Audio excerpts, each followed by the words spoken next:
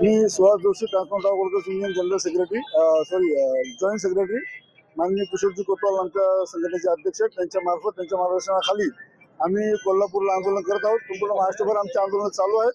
आमचं आंदोलन हे शासनाच्या विरोधामध्ये आहे। शासनाने आता जे काही नवीन उपक्रम चालू केला डायरेक्ट उचल माल म्हणजे थेट दुकानदारापर्यंत माल हे जे त्यांनी चालू केलं त्याच्यामध्ये जे काही आमचे तालुका गोडाऊन आहेत महाराष्ट्रात जेवढे काही तालुका गोडाऊन त्या तालुका गोडाऊनचे कामगार बेकार होणार आहे। कामगारांवरच्या कामगारावर गादा येणार आहे। कामगारावरती बेकारची गादा येणार आहे। ही गादा येऊ नये आणि जसं प्रत्येक पद्धतीने काम करतो तसंच काम कायम चालू राहावं ही आमची मागणी आहे पहिली।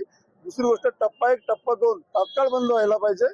त्यामुळे आमच्या कामगाराच्या पगारावरती उत्पन्नावरती खूप मोठा फरक पडणार आहे आणि हे सर्व नोंदीत माथाडी कामगार असल्यामुळे या नोंदीत माथाडी कामगारांची सरकारने दखल घ्यावी, अन्यथा हे आंदोलन अजून जास्त उग्र होईल। आमची सरकारला विनंती आहे, आम्ही सरकारशी बोलतोय।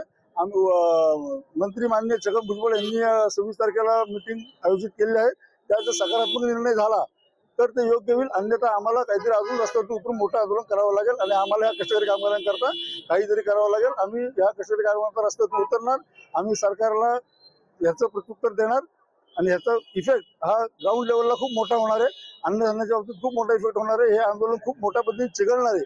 सरकारने आता सकारात्मक चर्चा करावी आणि हे 1,00,000-2 लाख जे काही माथाडी कामगार बेकार होणार आहे त्याच्यावरती बेकारची गादा आणू नये ही आमची सरकारला आत्ताही आंदोलनाच्या माध्यमातून विनंती आहे। अजूनही आम्ही विनंतीच करतोय, परंतु जर शासनाने तुमच्या बैठकीत ऐकलं नाही तर आम्हाला काहीतरी उग्र पाऊल उचलावं लागेल आणि त्याला जबाबदार शासन असेल।